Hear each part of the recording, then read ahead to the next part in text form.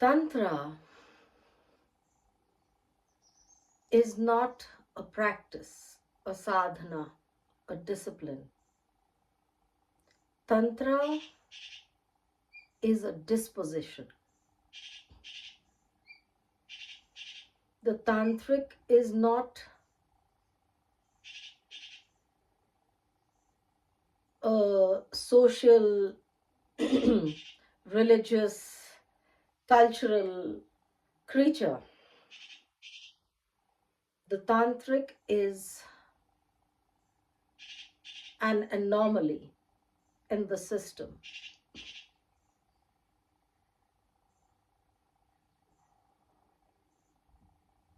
The tantric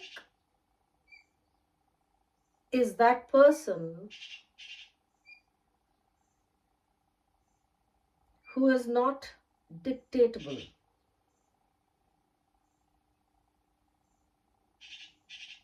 He is not a rebel with a cause against the system, some nationalistic ideology, some religious bigotry, some idealistic pursuit. He simply is a child of nature. First, his own nature, and then the nature of nature, and then the nature of the cosmic field or the great unknown.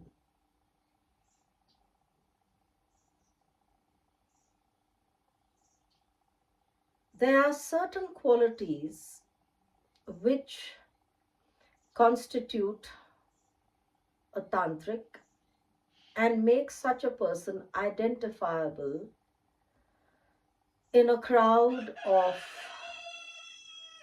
self-proclaimed tantrics, or even in a very socially dapper setup. One is able to spot this odd creature.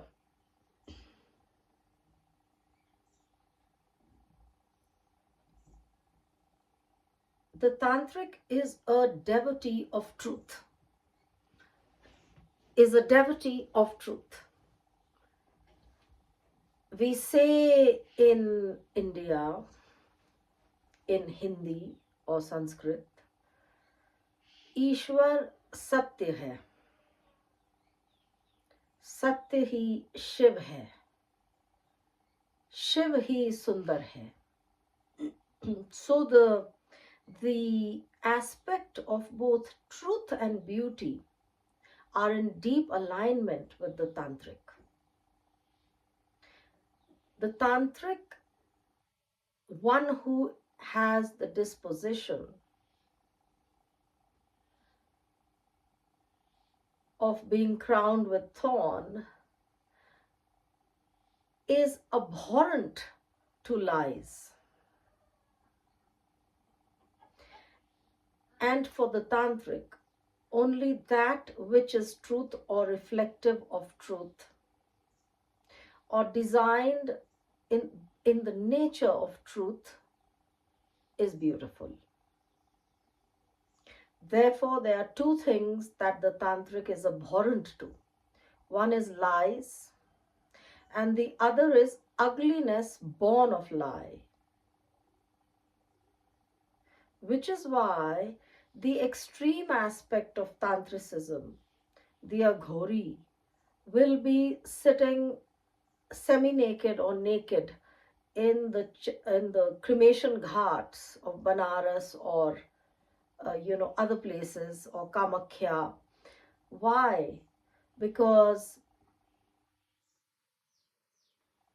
they have absolutely been revolted by a society which is standing on fake legs, a society which is enslaved by norm, by culture, by religion, by gender, by caste, by, you know, any sort of uh, variable which constitutes a society.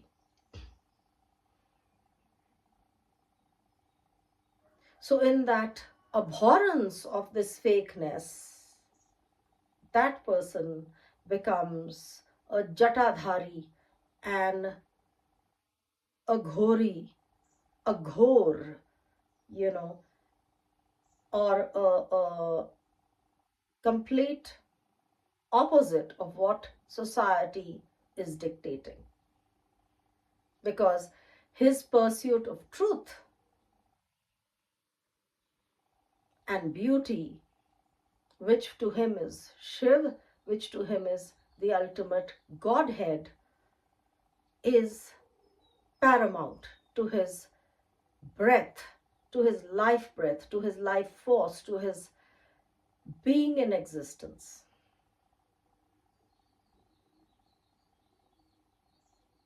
So the tantric possesses also an inner alchemy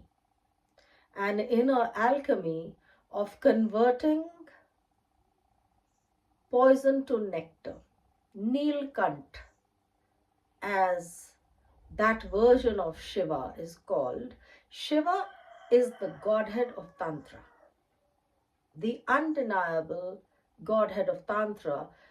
He represents that aspect of anti-socialism, which the rest of the Hindu gods do not represent in the way. They are more conventional, they are more bejeweled, they are more, um, you know, in sync with the pleasing eye of society.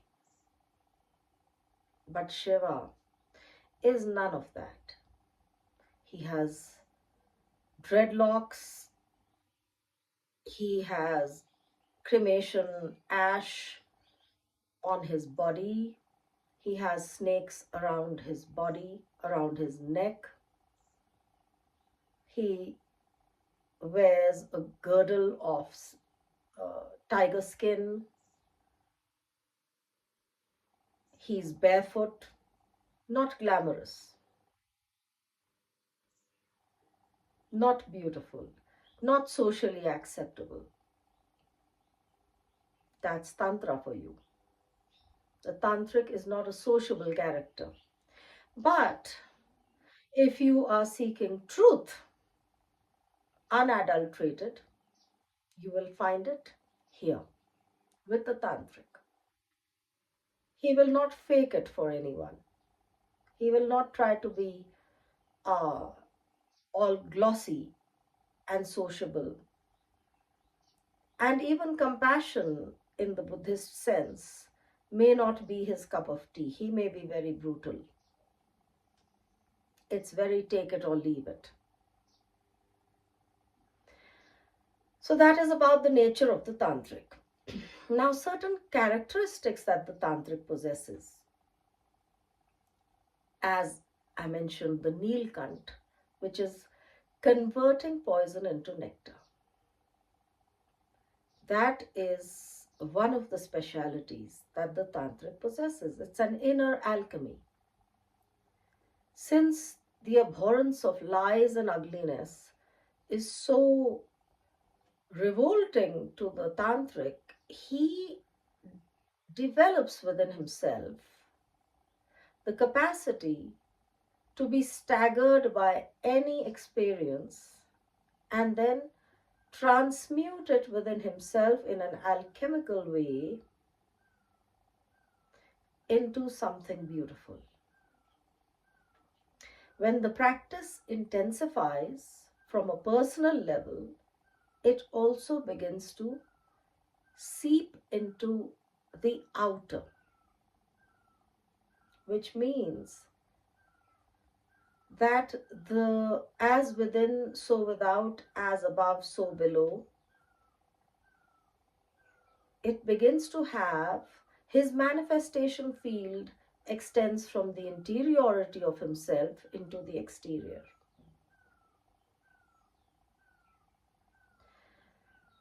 That is the lifelong practice of one predisposed to Tantra. It is a path not for the faint hearted. It has a self flagellation not easily carried by most. But it's non ritualistic or ritualistic approach to non duality is very surgical in its precision.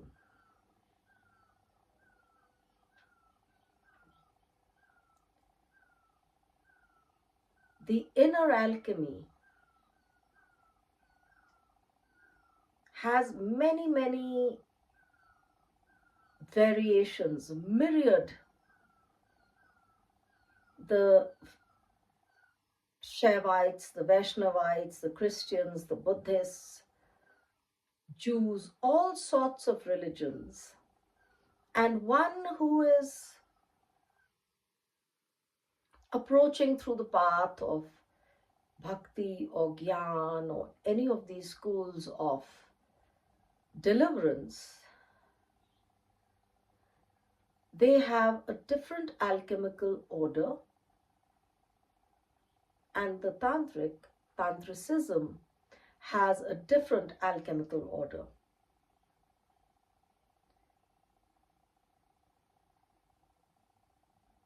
The bestowing of Tantra that happens upon some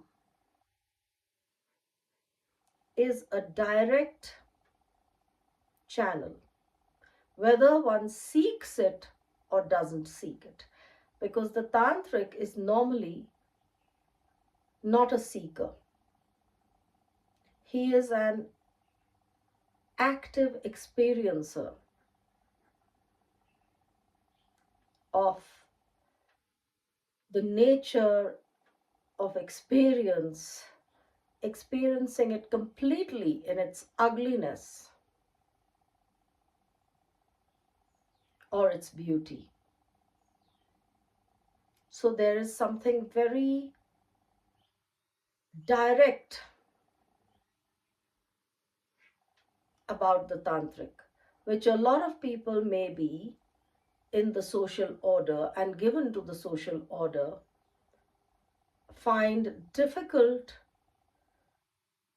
to bear or difficult to even tolerate. But that is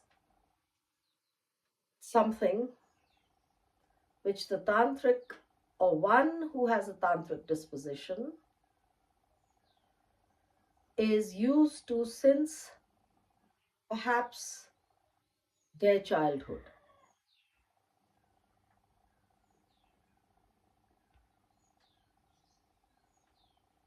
Now, a person who has these rebellious qualities and is very materially confined, let's say more of the sensorial and physical, should not assume that they are of a tantric disposition. The tantric also has a very high degree of renunciation.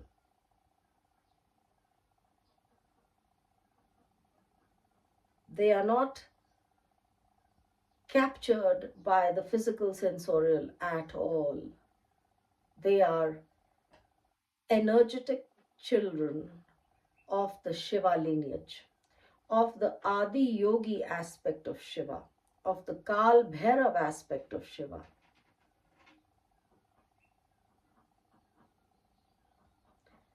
And that's all for today. Thank you.